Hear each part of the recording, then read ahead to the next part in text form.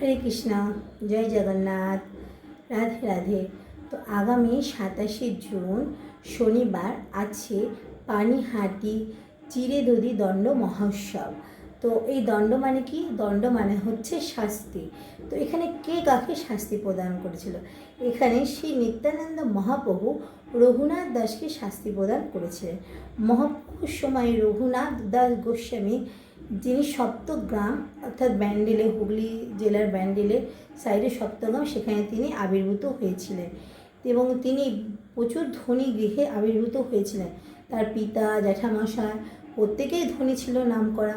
মাসে তাদের প্রায় 20 লক্ষ স্বর্ণমুদ্রা আয় হতো। কিন্তু রঘুনাথ গোস্বামীর এত কিছু ঐশ্বর্য, এত কিছু ধনসম্পদ থাকা সত্ত্বেও তার মন কখনোই গৃহে বসত না। তার মন সবসময় মহাপ্রভুর কাছে যাওয়ার জন্য ব্যাকুল ছিল। তো এরকম করতে করতে মহাপ্রভুর কাছে তিনি প্রায় 18 বার গৃহ ছেড়ে চলে গেছিলেন। গৃহ ছেড়ে যাওয়ার পর মহাপ্রভু যখন সন্ন্যাস দীক্ষা গ্রহণের পর শান্তিপুরে অদ্বৈত আচার্যের গৃহে অবস্থান করেছিলেন, সেই সময় রঘুনাথ দাস গোস্বামী মহাপ্রভুর কাছে গিয়ে বলেছিলেন যে আমার এসব বিষয় আশয় কোনো কিছু ভালো লাগে না, আমি তোমার সাথে থাকতে চাই। তো সেই মুহূর্তে মহাপ্রভু তাকে একটা কথা বলেছিলেন, যেটা চৈতন্য চৈতন্যের 6ষ্ঠ অধ্যায় অন্তলীলায় আছে, আপনারা দেখে নিতে পারবেন। কি বলছে? মরকট বৈরাগ্য না করো লোক দেখাইয়া, যথাযক্ষ বিষয় ভুঞ্জ অনাসক্ত হইয়া, অন্তরে নিষ্ঠা করো বাহ্যে লোক ব্যবহার, অচিরাতে কৃষ্ণ তোমায় করিবে উদ্ধার। অর্থাৎ এখানে বলছেন যে মরকট বৈরাগ্য হওয়ার কোনো দরকার নেই। তুমি গৃহে ফিরে যাও, সংসার আদি করো, গৃহে থাকো, সেভাবে ভগবানকে ডাকো, আমাকে নিশ্চয়ই তুমি সময় মতো পেয়ে যাবে। তো এই কথা শুনে রঘুনাথ দাস গৃহে ফিরে আসলেন। গৃহে ফিরে আসার পর তার পিতা এবং মাতা দুজনেই যখন দেখলেন যে ছেলে এখানে মন বসাচ্ছে না গৃহে, তখন তাকে বিয়ে দেওয়ার জন্য ভাবলেন।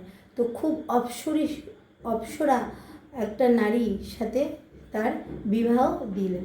কিন্তু বিবাহের পরেও তিনি সেই গৃহ ত্যাগ করার জন্য উদ্ধত হলেন এবং গৃহে কখনোই তার মন বসছে না। এরকম করতে করতে যখন তিনি খবর পেলেন যে পানিহাটি কাছে নিত্যানন্দ মহাপ্রভু এসেছেন, তো সেই সময় তিনি নিত্যানন্দ মহাপ্রভুর সাক্ষাৎ দর্শনের জন্য গিয়েছিলেন। তো একটা গাছের আড়াল থেকে তিনি দেখছেন যে এক জ্যোতির্ময় আলো নির্গত হচ্ছে।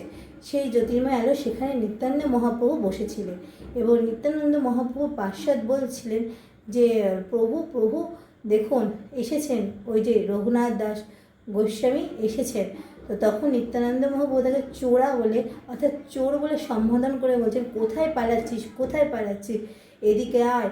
তখন তাকে পায়ের কাছে নিয়ে আসলেন এবং তার পা রঘুনাথ দাস গোস্বামীর মস্তকে ঠেকালেন।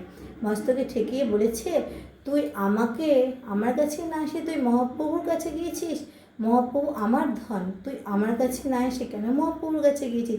এর জন্য তোকে দণ্ড দেওয়া হবে। কী দণ্ড? না, তুই প্রত্যেককে চিড়ে, দুধ, দই, কলা, কাঁঠাল সমস্ত কিছু দিয়ে প্রসাদ দিবি সবাইকে। তো এই কথা শুনে রঘুনাথ দাস গোস্বামী তো খুব খুশি হলেন, কারণ এটা তো দণ্ড থেকেও যেন মহাসবের মতনই হয়ে গেল। কারণ নিত্যানন্দ মহাপ্রভু যিনি গুরুতত্ত্বকে না পেলে তো আমরা কখনোই ভগবানকে পাবো না।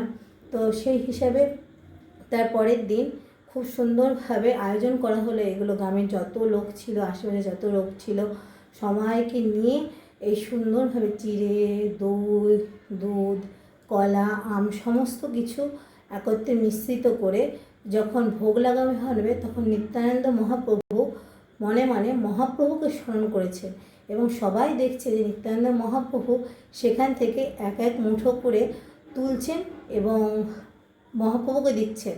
সেটা সবাই দেখতে পারে না, হ্যাঁ, সবাই দেখতে পায়নি, কিন্তু সবাই এটা দেখছে যে একটা মহাপ্রভু এসেছেন, একটা সুগন্ধ আছে এবং যে নিত্যানন্দ মহাপ্রভু প্রসাদ দিচ্ছেন মহাপ্রভুকে, এটা খাইয়ে যে প্রসাদ তৈরি করার জন্য, তো সেটা সবাই অনুভব করতে পারছেন।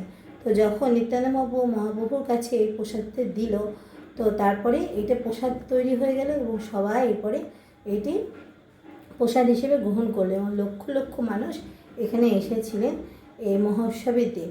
তো সেই থেকে এই পানিহাটিতে এই দণ্ড মহোৎসব উদযাপিত হয়। তা হরে কৃষ্ণ। আপনারা প্রত্যেকে চেষ্টা করবেন বাড়িতে হয়ে ভগবানকে ভোগ লাগিয়ে প্রসাদ পাওয়া।